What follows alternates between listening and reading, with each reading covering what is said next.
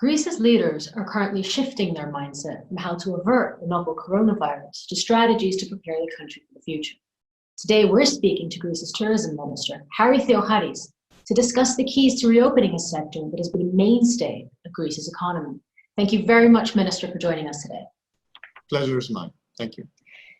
With tourism contributing an estimated 20% to Greek GDP, according to the WTTC, and generating 1 in 4 jobs, I believe the million-dollar question, Minister, is when can we expect Greece's tourism industry to get back into business? Well, that depends on a lot of factors, which are not under, a single country's control, certainly not under our control. But what we are doing is we are ensuring that the framework is in place, and that means the health protocols and whatever is required in order to ensure that we have safe vacationing, safe travels. The economic framework is in place for the enterprises to be there and operational. And of course, the diplomatic and the relationship with other countries framework is in place to allow free travel, which currently is impeded due to understandable restrictions. And what is a strategy that you're trying to push ahead to reopen Greece's tourism sector? Yeah, well, the first pillar of the strategy is to ensure that people understand, and this is also reflected in actual reality, that Greece is one of the safest countries in the world, and it will continue being safe even after we lift initially the internal restrictions and gradually the external touristic restrictions. So we will not sacrifice that, and we need to ensure that everybody understands that. The second pillar is, of course, to get ready, to be ready to accept tourists with all the internal preparations that are necessary. The third pillar is the international cooperation, both at the WTO level and at the European level in terms of the EU, which will greatly expedite the processes of ensuring that all countries are ready, both to receive and to send tourists abroad. And the final pillar is the targeted promotional and other activities that will enhance, as soon as we are ready to receive people, enhance the touristic flows towards our country. You mentioned safety, Minister, and on that note, Greece's successful management of the coronavirus pandemic has gained international praise. French think tank, The Bridge, recently ranked Greece Europe's best performer in this respect. How do you believe this international boon to the country's image can contribute to the recovery of Greece's tourism industry? This is very important, and undoubtedly this is not just about the tourism sector, it's about the whole of the economy and about Greece in general. So it's certainly one of the things that we will depend on in the next few years to accelerate this recovery. So in a sense, it's important for this year, but it's much more important for the years to come, because Greece has been reintroduced itself, as it were, to the world, and with a totally different image, an image of respectability, an image of effectiveness, an image of, if you like, respect for both citizens' rights and the most basic right, the right to their health, and extending that to the visitors as well, not just our citizens. I'd like to move on now to talk about the financial impact of the tourism industry. In 2019, the tourism industry generated revenues surpassing 80 billion euros. What are your expectations for the sector this year? Well, this is a million-dollar question in reality.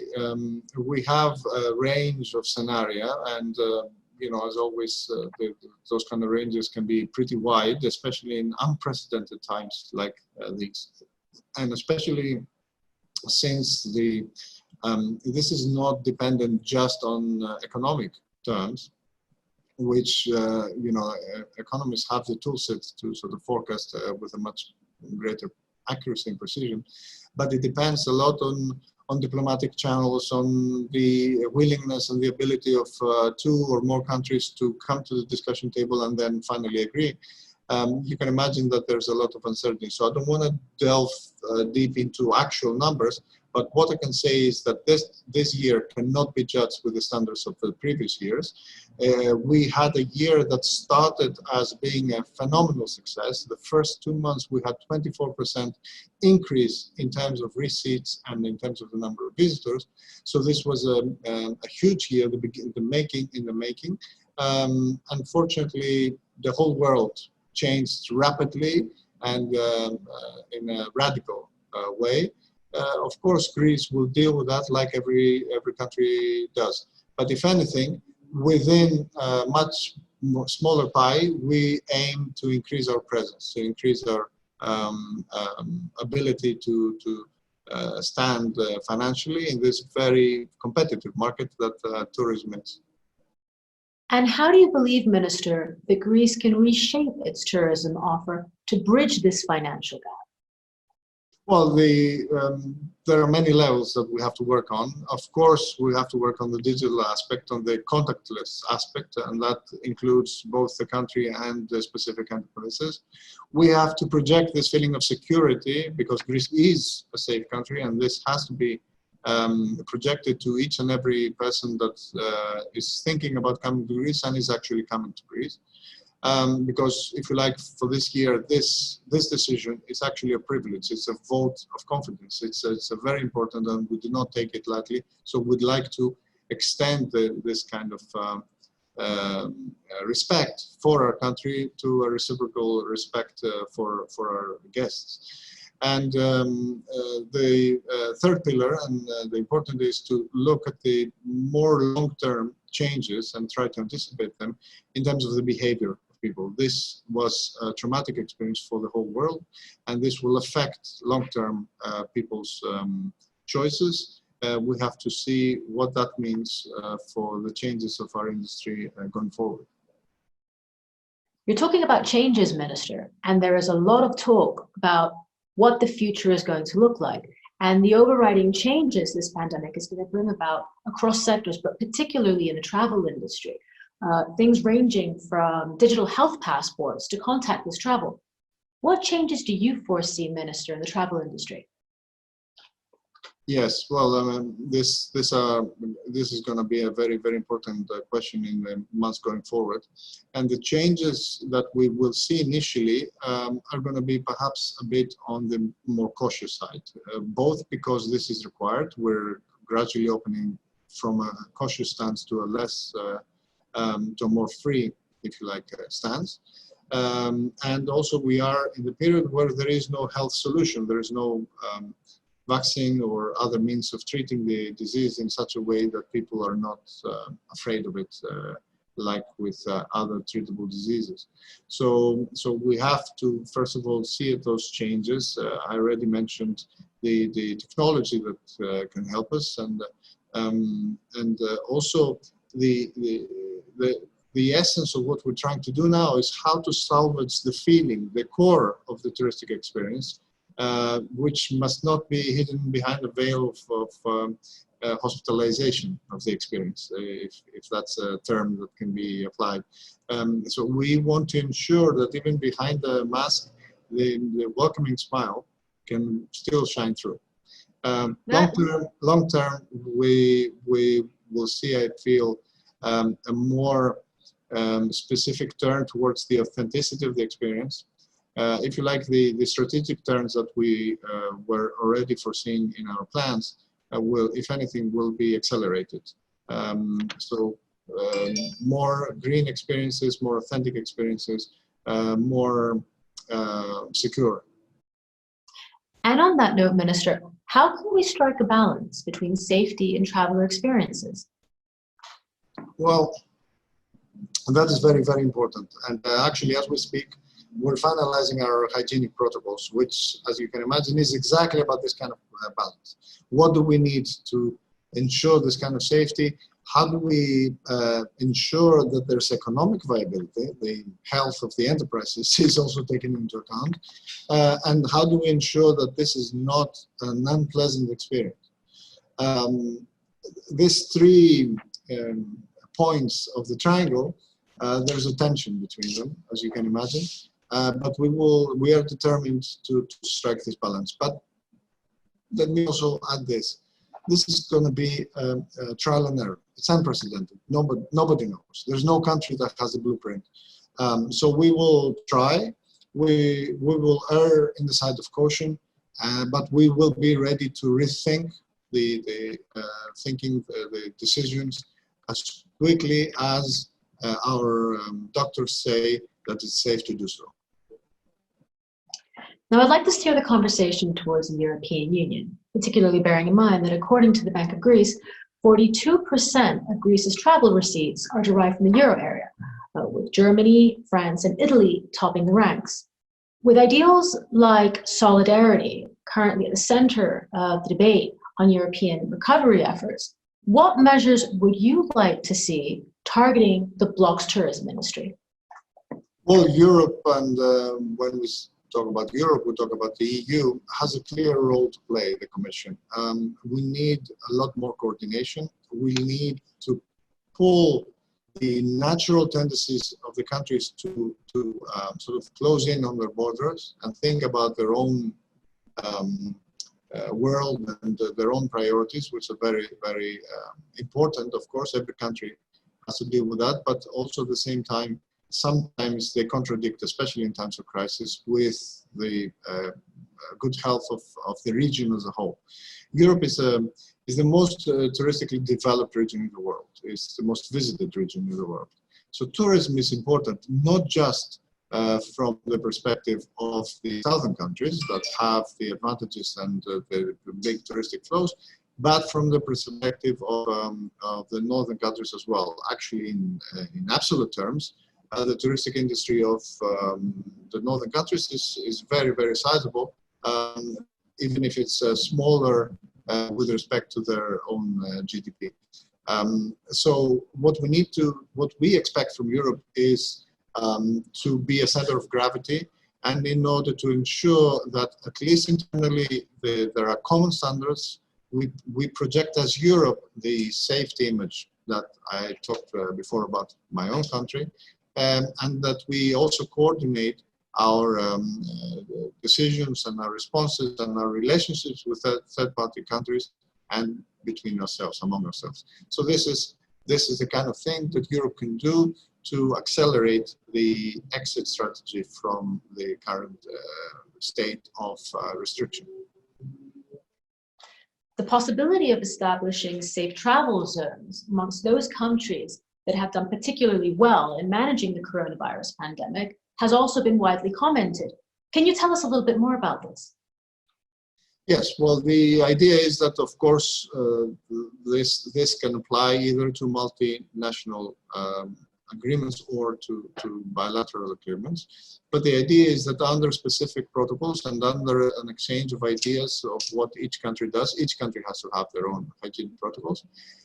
We can gradually open up and lift the bans between regions. Now, this can be done under a variety of test regimes, or it can be done if two countries are in the same epidemiological level, or if you like, the cycle of dealing with the disease is similar, then this can be done perhaps even without tests, since there is no increase in the risk between the citizens of one country and the other. So there are ways forward that will facilitate and accelerate the opening up of the borders.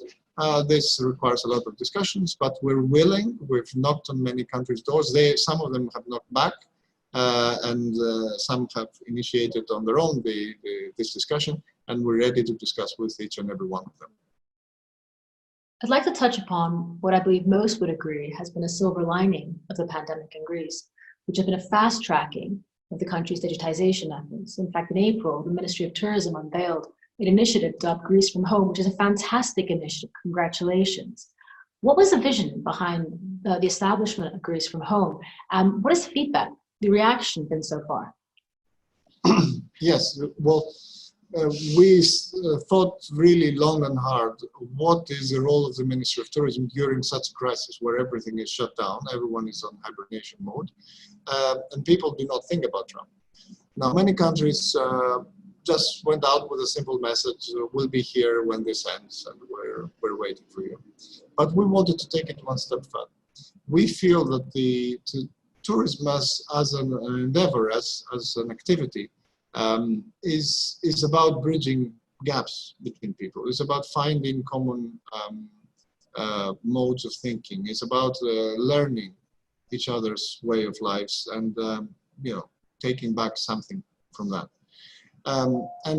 If anything, this in a sort of totally different setting is what the pandemic has shown us, that we are on the same boat called Earth, and we have to deal sometimes with the same kind of enemies, and we have to do it in a united way. So we wanted to provide resources to the world that helps during this difficult time. Everybody was, and in many cases still is, in lockdown mode, forced to stay home with nothing much to do. So we created the Greece from Home. It's a website that people can visit, and they can see interesting content, informative content, of course, with the assets of our country. That's what we have, the videos about Greece or things that well-known Greek people think about or discuss, in order to help everyone stay creatively at home and make this a pleasant experience, something to become from a necessity to a pleasantry. So we feel that with this, we're doing our little, thing to help humanity overcome this crisis. The reaction was very, very positive from people ranging from Bill Gates to simple citizens that sent us mails and letters saying how excited they were about this website and this platform. And given the success of Greece from Home, looking towards the future, how else do you foresee technology and the Internet of Things contributing to reshape the tourism industry, not just in Greece, but at a worldwide scale? Well, the short-term answer to that is, of course, contactless. This is going to be the mot du jour, because everybody would like to stay safe by not touching other people. So this is going to be the immediate impact. The more long-term impacts is that people will take the decisions to their hands, perhaps. And then perhaps they will not rely, they have to check and double check and ensure that there are standards that adhere to their needs. They'll be more aware of their needs because they are so pressing and so acute. And as a result, they would like to sort of make their own decisions and not rely on other people's recommendations so much. And in order to do that, we know very much that this cannot be done through the old media. This has to be done through a more digital experience. So this is going to lead to more digitalization of at least the initial phases of the experience and the decision-making process, etc. The third tendency that supports this is the fact that we are now much more used to using digital means in our everyday life, from public services to banks and everything, because that was a requirement and a necessity during the lockdown. So people will be much more familiar with using those tools, and they'll venture out to things like tourism. And with that said, Minister, is there anything else you would like to add? What I would like to say is that Greece, if anything, during this difficulty period has become stronger. Our health system is stronger. Our touristic product is stronger. We're working hard to strategically strengthen it and ensure that we keep the nugget, the core of the beauty of the experience of Greece, which is our open arms and our warm heart and a warm smile. And in order to save that in such a way that we still keep everybody safe, both our citizens and our visitors. Thank you very much, Minister Theoharis. It's been a pleasure. We wish you every success in your endeavors. And from our side, we do hope to enjoy the beauties of Greece this summer, and in fact, as soon as possible.